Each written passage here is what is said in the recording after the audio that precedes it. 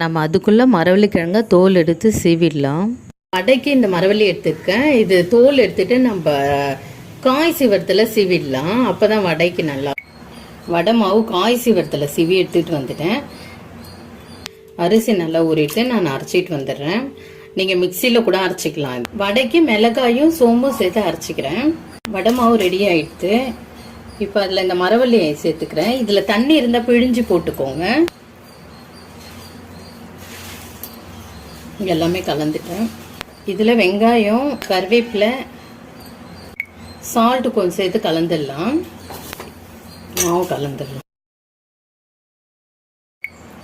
மாவு கலந்துட்டேன். மாவு பாருங்க திட்டமாக தான் இருக்குது. இது அப்படியே வடை போட்டுடலாம்.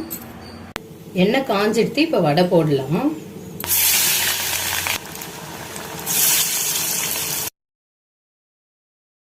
வடை வறுபட்டு எடுத்து வடை எடுத்துடலாம்.